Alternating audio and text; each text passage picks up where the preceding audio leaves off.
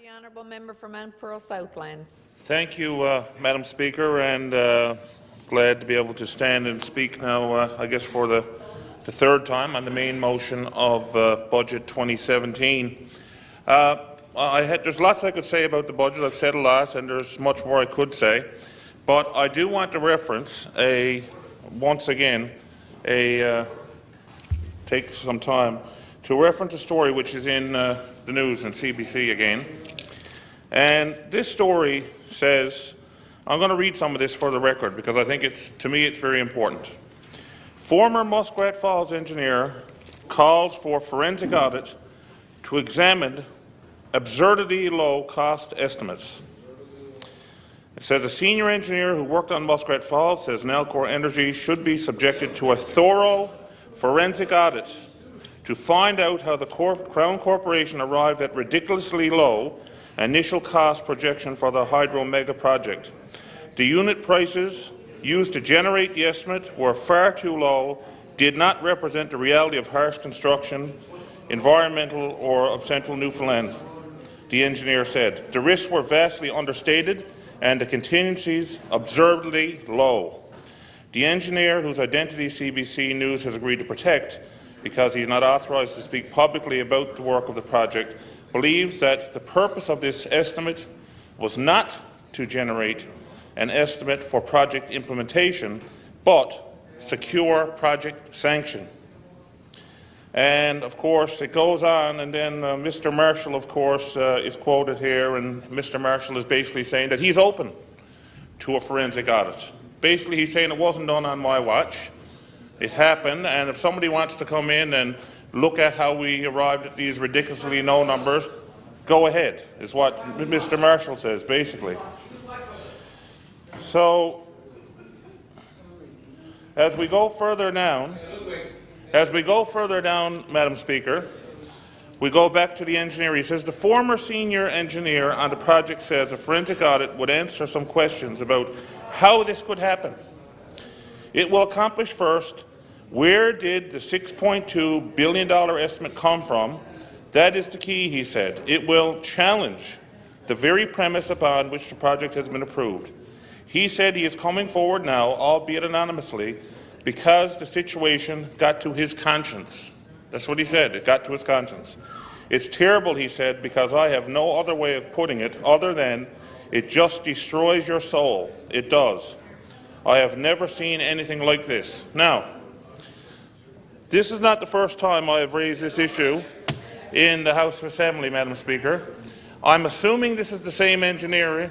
I'm assuming. I don't know because he's anonymous, but I'm guessing it's the same one that was referenced in an Uncle Gnarly blog a while ago, which I referenced in the House, basically saying the same thing.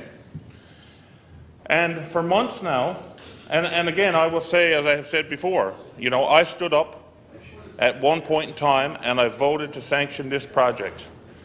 And I did so in good faith, as I know all my other colleagues at the time did. I'm sure they did, based on certain pieces of information.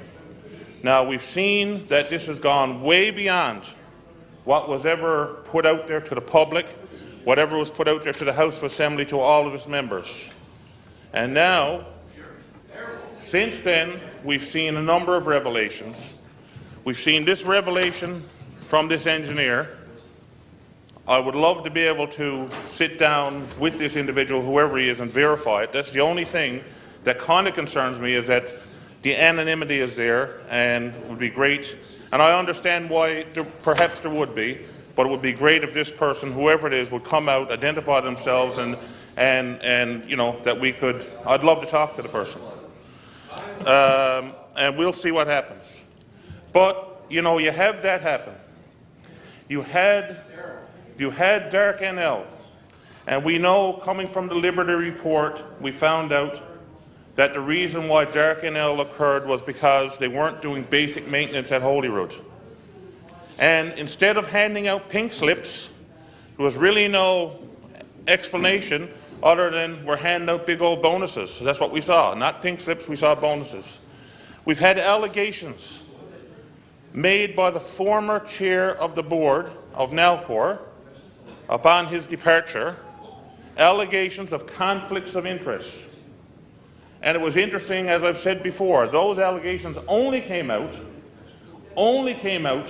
on his way out the door and referencing conflicts that he said he knew had existed prior to then. So why, if he knew the conflicts that existed back a year ago, why didn't he bring it forward then? He only brought them forward when he got into a battle with the government of the day and decided now all of a sudden there was a conflict of interest. If these things are not concerning to members in this House, I don't know what would be concerning. I have written the Premier on 2 occasions. I have written the Auditor General on 2 occasions. I've met with him on 2 occasions. I've written the Prime Minister. I've raised it in this House of Assembly. And yet, there still does not seem to be a will to open the books. There still does not seem to be a will to do an audit, to do a thorough audit. And Mr. Marshall, as I said, is quoted right here as saying, bring it on. Bring it on. He's suggesting bring it on. He doesn't have an issue with it.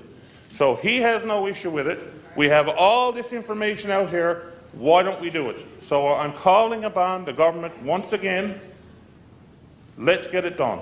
Let's get it done and find out if things have been done properly or if indeed there was false information put out there and so on. Let's get to the bottom of it. Whatever it is, we owe that to the people of Newfoundland and Labrador. We really do.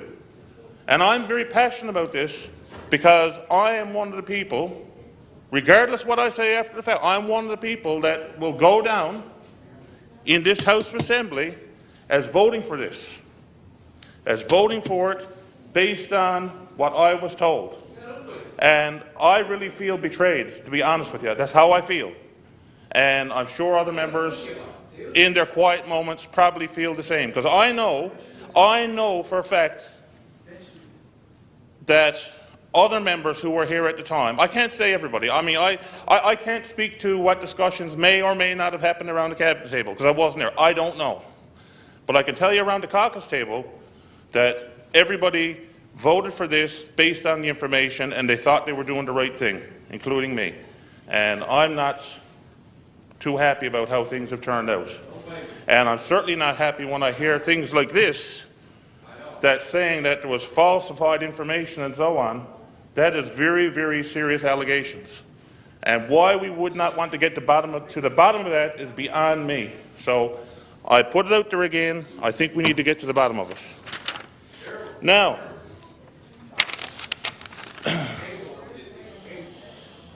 and that's not a reflection. That's not a reflection on any of my colleagues. Again, I just want to say that for the record. They only went by what they were given. They went by what they were given. By the people at Nalcor, the people in charge of the project and so on, people within the department and so on, given that information. And yes, I say to the member from Signal Hill, Kitty-Vitty, you could have asked questions. Yes, and there were questions asked. There were questions asked. As a matter of fact, I can remember when the issue of the North Spur came up, which is still an outstanding issue today. And I can remember when that issue came up. And I can recall going to Nalcor's AGM at the Holiday Inn. And the question was asked about the North Spur to the then CEO, who referred it to the man in charge of the project. And the man said, we're aware of the North Spur, we have an engineering solution in place, and it's contained within the DG3 numbers, which at that time was at $6 billion, not 11 point whatever it is now, almost double. That was said in a public meeting. So, yes, there were questions asked. Those questions asked about methyl mercury. That issue came up, and we were told there was no concern. Yes, methyl mercury can have an impact, but we're very confident that, the mitigation will be put in place and there's nothing to worry about. Of course, now we see only a number of months ago where, as a result of protests and hunger strikes and everything else, now more action is taken on methyl mercury mitigation, which never would have happened other than the protests and so on. So yes, there were questions asked. I asked questions. All my colleagues at the time asked questions. But if you ask questions to the people that are in charge of the project, the people who are the engineers and the experts supposedly in that field, and you ask questions and they give you the answers, you have to go by it, or unless you're going to sit there and say, no, I don't believe you, you are lying to me. Right? You are lying to me. Yeah. And the member from Signal Hill, Kitty Vitty, or whatever this saying, yes, she didn't believe it. Good for you. I'm glad. You were right in the end. You were right in the end for not believing them. That's what I'm saying. But anyway, we will move on, and I will just simply say that it's still not too late to get to the bottom of what went on. The information is there. Let's get to it. Now, back to the budget, and I'm down to about 9 minutes. I just heard the member opposite, a member who I have a lot of respect for, by the way, and I know she works very hard in her district, talk about working together. And I agree with her. We should be working together. I've heard other members. I heard the Premier talk about working together. I heard the Minister of Service NL yesterday talking about working together. Member from Buren Placentia, I'm not sure if he wants to work together. He's pretty, I'm not sure. I think he might want to work together. I think he might. But anyway.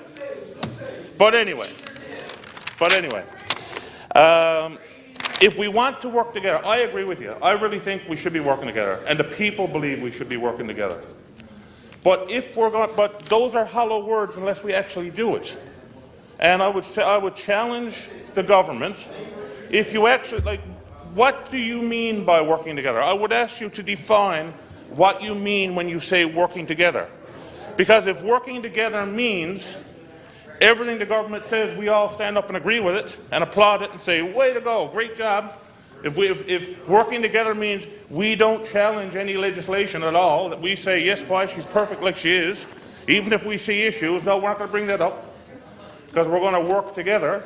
If that means we're going to agree with everything in the budget because that is working together, if that's what it means, then I guess we're not going to work together. But if we're truly serious about working together, then let's do it. Let's start looking at all-party committees, as an example, legislative committees, to review some of the legislation, particularly the bigger pieces of legislation, the more controversial legislation. Let's form a committee of members from all sides to review that legislation when it's being drafted, before it reaches the floor of the House of Assembly, so that we can all have some input, some suggestions. That doesn't happen. It's never happened, and it doesn't happen. And generally what happens, and this is not critical of this government, was no different the other way when it was the other administration. Government says, well, we're in charge, we're going to bring in the legislation, and that's it. And if the other side raises concerns or issues or tries to put in an amendment, they all get shot down. Because you can't give it to say that, geez, we never thought of that. That was a good idea. Can't give credit to the other side that maybe they thought of something that you didn't, or raise the point that you never thought of. Can't do that. So if we were working together, as has been suggested, and we actually had legislative review committees made up of all parties and so on, to do those reviews before it reached the floor of the House, maybe we could all agree in quiet, so nobody has to publicly acknowledge that you thought of something that I didn't. Maybe, we could work together to craft legislation that everybody is generally happy with, in a committee setting, that everybody is generally happy with. And if at the end of that process, you might clear up a few items, and you might decide to disagree. You might decide to say, well, you know what? We can agree to change this and this and this, but this issue here, we're firm this way, you're firm the other way. We'll argue it out on the floor of the House Assembly, and at least we'll have that public debate. But a lot of the good ideas, perhaps, that we could all agree on, get resolved. That is what working together would look like, I believe. We talked about, we had new procurement legislation. brought in on the House Assembly floor. We all agree with procurement reform. We all agree with that. We all voted for it, and we all agree with it. It was long overdue. It was a good idea. The only problem we had was that everything, pretty much, is in the details contained in the regulations. And we have no idea. At some point in time in the next year or two, those regulations will be drafted and enacted, and they might be the best regulations in the world, or they might be totally flawed. At the end of the day, nobody over here has any input whatsoever. None. And if it does turn out to be bad regulations,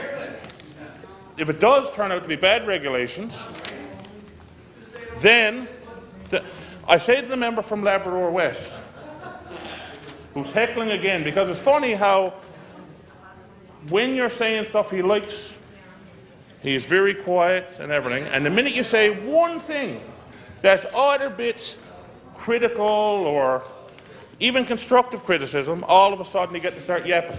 It's amazing. He says, well, and I will address his point. He said, maybe you should have stayed over there. But I would say to the member that even if you were over there, the problem with our system is that you still don't have any input. Because you know, as well as I know, that when the legislation comes on the floor, not only does it not go through a committee process of all parties, it doesn't go through the backbench at all. Cabinet decides, Cabinet will take it and just bring it to the floor, and everyone else is expected to support it. They had no input, they didn't even know what was in there, and they're expected to act like a bunch of trained seals and pound on the desk. Right? That's what they're expected. That's what they're expected to do. That is the system. That is the system. That is not critical of this administration versus the last or the one before that. That is the system, unfortunately. That is the system. And the system is flawed. The system is flawed. And we need to change that. If we want to start working together, then we need to change the system so that we can work together. Members in the backbench of the government, whatever government it is, it doesn't matter what government it is, they should have input. They shouldn't find out about cuts in their district when they turn on VOCM. That's when it happens, most times. Turn on VOCM and you find out all of a sudden this is happening, that's happening. You didn't know about it. Nobody asked for any input. That's wrong. We need to fix that. And like I said, in terms of the actual parties, the government versus the opposition and so on, we need to be working together on legislation. As I was saying before I got interrupted, on the procurement legislation. We have new procurement legislation. All the details are going to be in the regulations. Nobody knows what it's going to be. If we were truly serious about putting good procurement legislation, that at some point in time, before those regulations went out, there would be input from all sides, because that is such a serious piece of legislation. It's such serious regulations that will govern the spending of billions of dollars. Billions. And there should be input from the other side to say, these are the regulations. What do you think? Do you have any concerns? Is there anything you can see that we're missing? Anything you can see that could make this better for the people of Newfoundland and Labrador? That's what we would be doing. And again, that is not being critical of this administration. It's critical of the system. So members don't need to go taking it personally. It's not a personal shot at anybody over there. It's the system. It's the system. We want to work together. Let's work together. There's so many other things, Madam Speaker, I could and I would love to say about the budget. There are good things in this budget. There are the biggest concern that we have is that we have a continuation of all the taxes that we had from last year's budget. We cannot pretend that last year didn't happen, because it did, and it continues to happen. And that's a serious issue that we all have, certainly on this side. But beyond that, there were some good things. There were some good initiatives like zero-based budgeting and so on, which I do agree with. There were some investments I Order, agree with. please. It's not all doom and gloom. Thank you. Order, please. Remind the honourable members time for speaking have expired.